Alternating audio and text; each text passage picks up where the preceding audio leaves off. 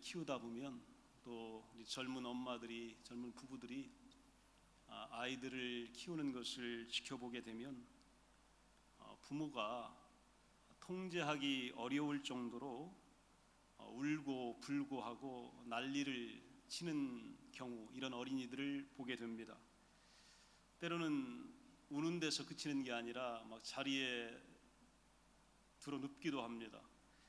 또 어떤 경우는요, 막 그냥 벽을 치기도 하고 또 머리를 벽에다 대기도 하는 경우도 생겨나게 됩니다. 정말 보게 되면 참 대책이 없구나, 저거 어떻게 해야 되나라고 하는 생각이 들 때가 있습니다. 이렇게 어린아이들이 행동하는 이유가 과연 뭘까요? 그 이유는 자기 마음대로 되지 않는 데 있습니다. 무언가 원하는데 이게 내 마음대로 되지 않기 때문에 이렇게 하는 겁니다. 원하는 것이 있는데 원하는 대로 되지 않으니까 울음을 터뜨리면서 떼를 쓰는 거죠. 이것이 바로 아이에게는 위기입니다. 아이는 이 위기를 자신의 반응을 선택해서 보이는 겁니다. 나에게 만들어진 위기를 나는 이런 선택을 통해서 내가 반응하겠다라고 하는 것을 보여주게 됩니다. 살다 보면 또 인생을 많이 사신 분들, 또 지금 살아가고 계신 분들, 여러 분야에서 땀 흘리며 수고하시는 모든 분들, 누구나 위기를 맞게 된다고 말합니다. 실패하거나 또 병에 걸리기도 하고, 때로는 관계가 회복되기 어려울 만큼 깨어지기도 하고, 또 상처를 받거나 절망할 때 위기가 찾아왔다, 이렇게 말합니다. 또 경제적으로 파산해서 더 이상의 재기 가능성이 없어 보일 때도 있고, 또 사건 사고에 깊게 휘말릴 때도 있고, 사랑하는 이의 아픔과 죽음 가운데서 괴로워해야 될 때가 있습니다. 때로는 전쟁이나 자연재해 같은 큰 문제가 우리 가운데 닥쳐오기도 합니다. 얼마 전에 브리스벤에는 몇십 년 만에 어마어마한 우박이 내렸어요. 저런 우박이 호주에 내릴 수 있나? 그 여름에 상상이 안 갈 정도의 엄청난 일들이 우리 가운데 일어납니다.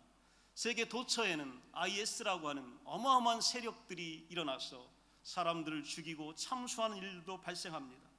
또 때로는 일상에서 일어나는 짜증, 또 말다툼, 실수처럼 사소한 문제까지 모두 극복해야 될 위기이자 시련입니다.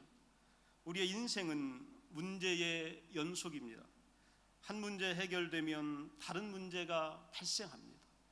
안 될 줄 알았는데, 이 문제만 잘 되면 평안할 줄 알았는데 그렇지 않아요. 한 문제 해결되면 또 다른 문제가 우리 앞에 찾아옵니다. 어떤 경우는 다 해결된 줄 알았는데, 다 모든 것이 정리된 줄 알았는데 여기로부터 또 문제가 시작되는 경우들이 많이 있습니다. 때로는 동시에 여기저기에서 도처에서 여러 가지 문제가 우리 가운데 발생할 때도 많이 있습니다.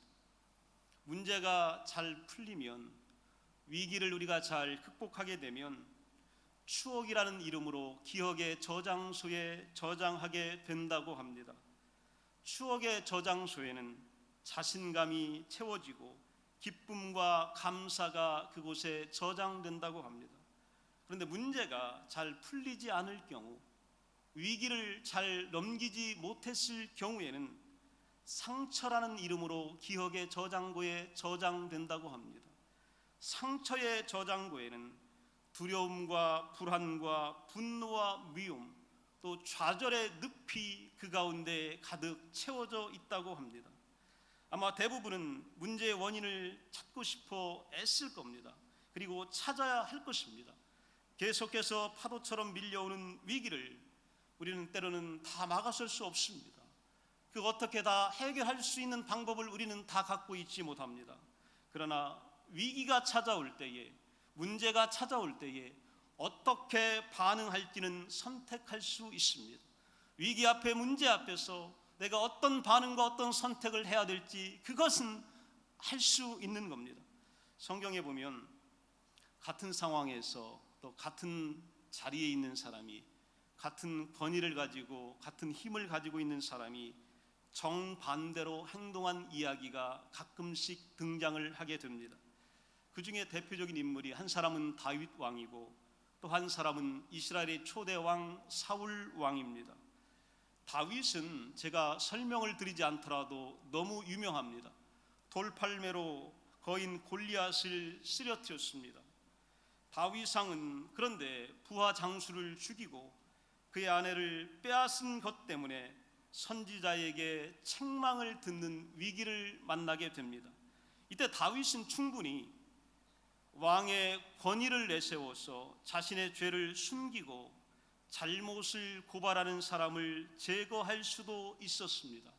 그러나 성경에 보면 사무엘하 12장 13절에 다윗이 나단에게 이르되 내가 여호와께 죄를 범하였나이다 이렇게 고백합니다. 다윗은 자기 자신을 변호하고 방어하기보다는 철저히 회개하며 엎드리는 쪽을 선택합니다. 반면 이스라엘의 초대 왕이었던 사울은 적을 모두 진멸하라는 하나님의 명령에 순종하지 않고 적국의 왕과 귀한 전리품을 몰래 살짝 남겨두고 맙니다.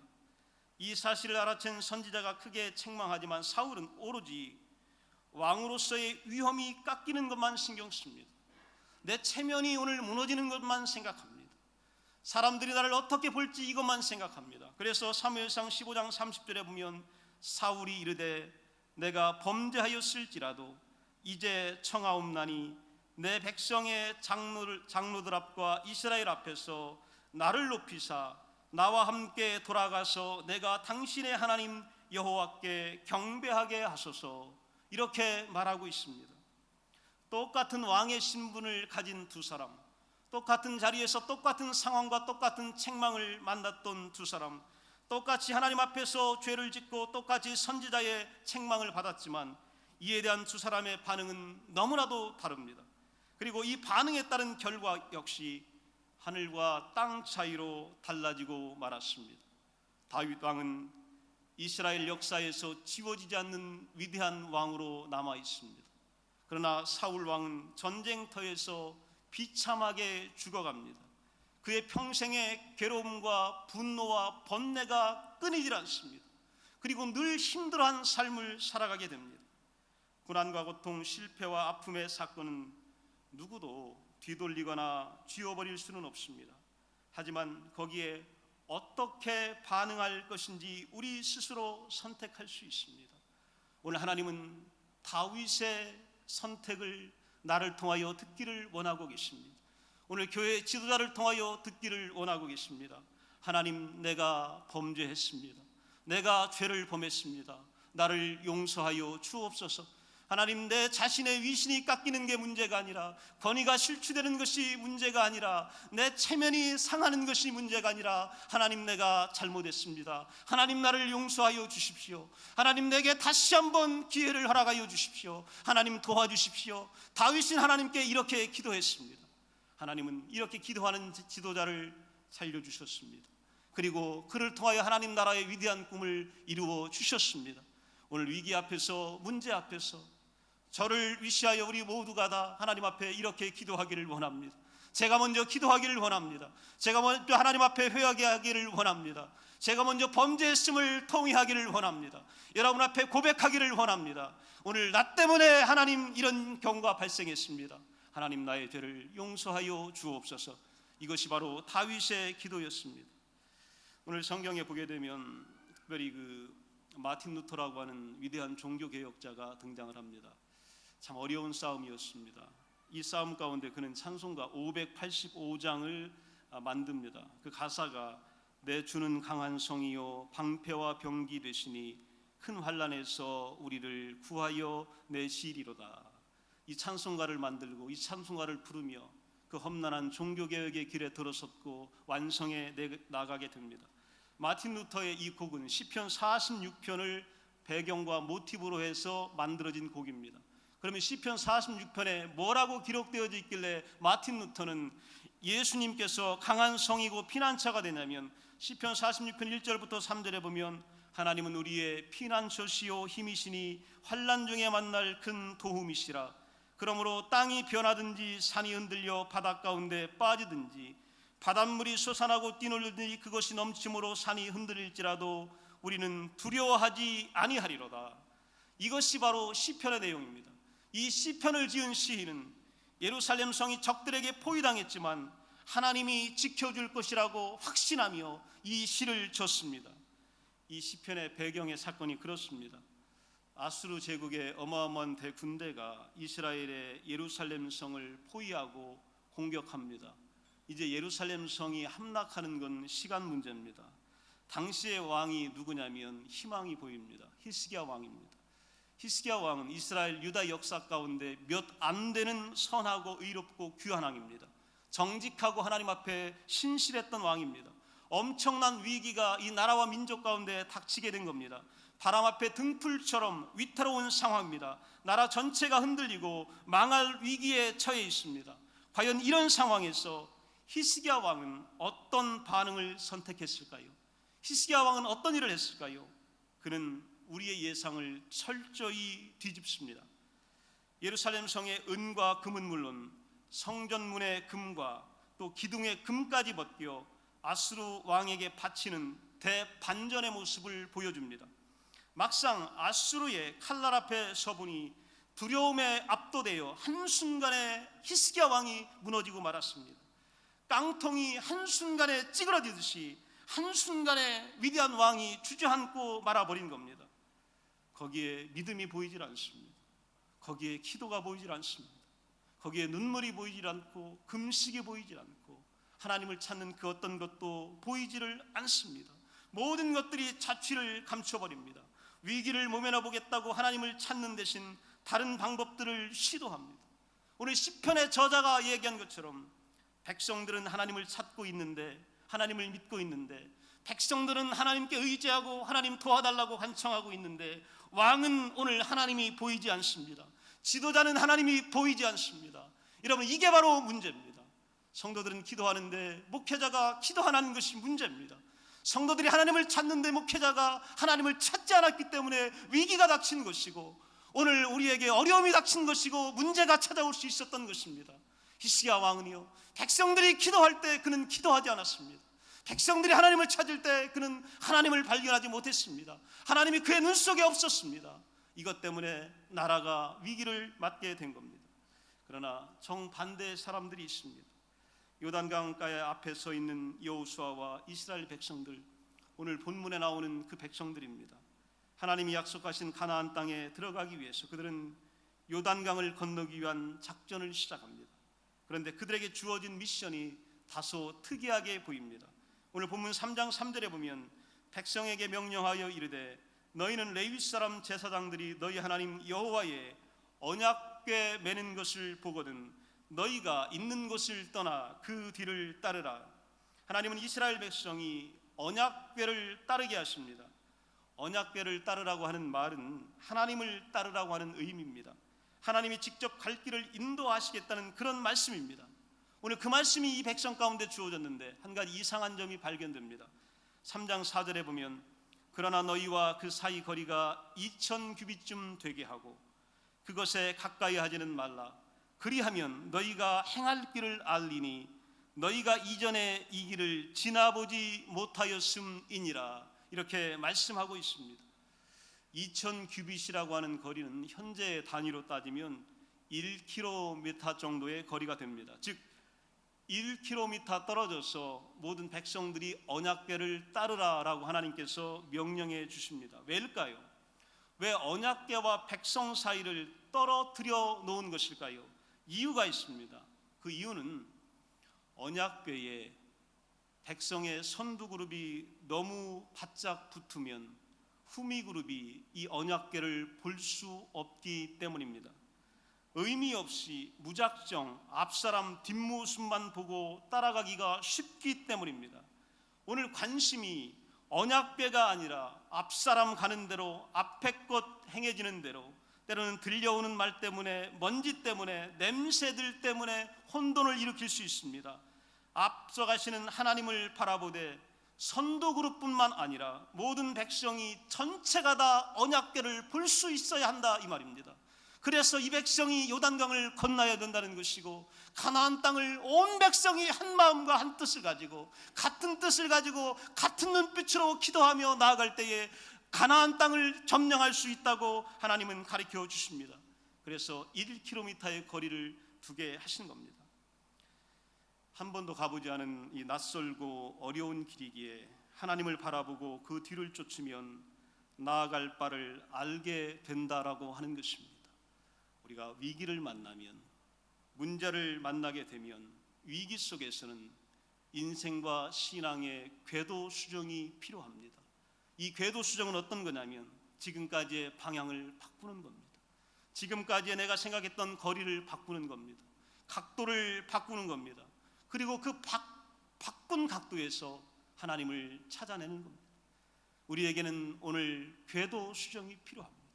그동안에 이 목회자의 눈에 하나님이 크게 보이지를 못했습니다. 하나님의 말씀이 크게 들리지를 못했습니다. 양떼들의 형편이 그렇게 귀하게 느껴지질 못했습니다. 소떼의 그 마음이 가지를 못했습니다. 이제는 이 목회자가, 지도자가, 왕이 바뀌어야 합니다. 이제는 그들에게 각도를 바꿔야 하고 방향을 바꿔야 하고 궤도를 수정해야 되고, 오늘 그 거리에서 다시 한번 바라보는 귀한 은혜가 있어야 합니다. 이제부터는요, 우리 하나님 비유 맞추고 나가야 합니다. 이제부터는 앞사람 따라가는 거 따라갈 수 없습니다. 하나님 비유, 언약궤가 우리 안에 들어올 때, 언약궤에 출발할 때 출발하고 언약궤가 멈출 때 멈추는 하나님의 마음이 우리 안에 들어올 때에 나아갈 수 있습니다. 여러분, 우리 함께 이 길을 가야 할 것이고, 이 길에서 목회자는 먼저 희생하고 눈물 흘리며 보여줘야 할 것입니다. 그리고 이것이 하나님의 진실인 것을 증명해내야 할 것입니다. 지금 눈앞에 도도히 흐르는 요단강만 보이는 상황에서도 홍해를 가르고 길을 내신 하나님이 보여야 합니다. 오늘 요단강가에 서 있지만 우리 눈에는 홍해가 보여야 합니다. 거기서 길을 내신 하나님이 들어와야 합니다. 그리고 그분만을 따라가겠다는 신앙의 각오가 하나님의 축복으로 연결될 것이고, 요단강이 열리게 될 것이고, 여리고가 무너지게 될 것입니다. 우리에게는 수많은 문제와 위기가 있지만 하나님만 찾게 되면 하나님이 우리의 능력이 되어줄 줄로 믿습니다. 많은 사람들이 이것을 알면서도 쉽게 버렸습니다. 좌취를 감추어 버렸습니다. 그러나 이제부터는 앞에서부터 우리 함께 하나님만 바라보며 나아가게 되면 하나님께서 우리에게 보여주실 것입니다. 여러분, 하나님만 우리가 바라보게 되면요, 하나님은 그분이 바라보고 계신 것이 무엇인지 우리에게 보여줍니다. 우리가 하나님 바라보면 하나님이 바라보는 것을 우리에게 알려줍니다. 이게 바로 방향성입니다.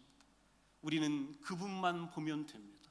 그러면 그분의 관심이 어디에 있는지 우리에게 알려주실 겁니다. 그분의 은혜가 어디에 있는지 우리에게 가르쳐 주실 겁니다. 요한복음 14장 6절에 보면 예수께서 이르시되 내가 곧 길이요 진리요 생명이니 나로 말미암지 않고는 아버지께로 올 자가 없느니라. 예수 그리스도만이 길입니다. 진리입니다. 생명입니다. 여러분, 저부터 이제 예수님만 따르겠습니다. 하나님만 바라보겠습니다. 하나님 비유 맞추겠습니다. 하나님의 마음에 제 마음을 다 얹겠습니다. 우리 다 같이 빛 되시고 길 되시고 진리 되신 예수님만 따라갑시다.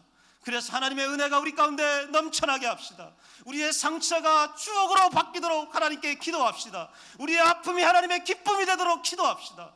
우리의 연약함이 하나님의 강함이 되도록 기도합시다. 그러면 하나님께서 우리에게 채워줄 줄로 믿습니다.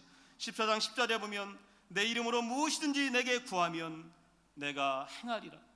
내 이름으로 무엇이든지 구하면 하나님께서 행하시겠다고 말씀하여 주셨습니다. 여러분이 예수 이름으로 기도할 때에 모든 일들이 일어나게 될 줄로 믿습니다. 형통의 길이 보이게 될 것이며 문제를 극복하게 될 것이며 이 상황 속에서 선택할 수 있는 최선의 길이 어떤 것인지 하나님은 지혜로 우리에게 말씀하여 주실 줄로 믿습니다.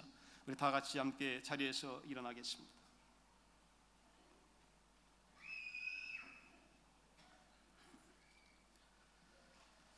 이 시간에 우리 다윗 왕처럼 여호수아처럼 또 여호수아의 백성처럼 하나님, 내가 잘못했습니다.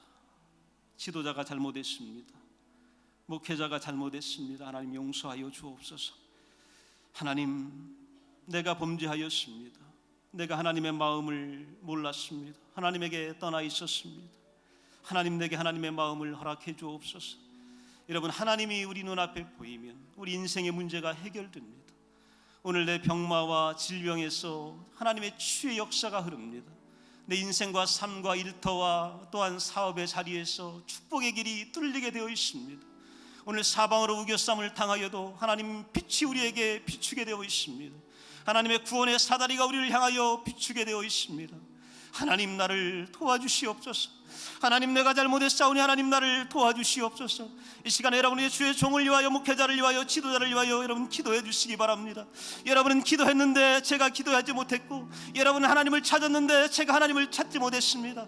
이제는 종이 먼저 하나님을 찾게 하시고, 먼저 엎드리게 하시고, 기도하게 하시고, 회개하시며 하나님 앞에 눈물 흘리는 종이 되게 해달라고 기도해 주시고, 우리 이 마음 가지고 요단강 앞에 섰사오니 우리의 길을 열어주옵소서. 여리고가 물러지는 귀한 역사가 일어나게 해달라고, 우리 가정의 문제, 질병의 문제, 사업의 문제, 내 마음의 상처의 문제, 오늘 미움과 분노와 시기의 문제, 여러 가지 대적자와 매복자의 문제가 사라지게 하여 달라고, 우리 이 시간에 다 같이 합심하여 간절히 기도하겠습니다. 우리 다 같이 기도합니다. 하나님 아버지, 이 시간 우리를 도와주시기를 간절히 원합니다.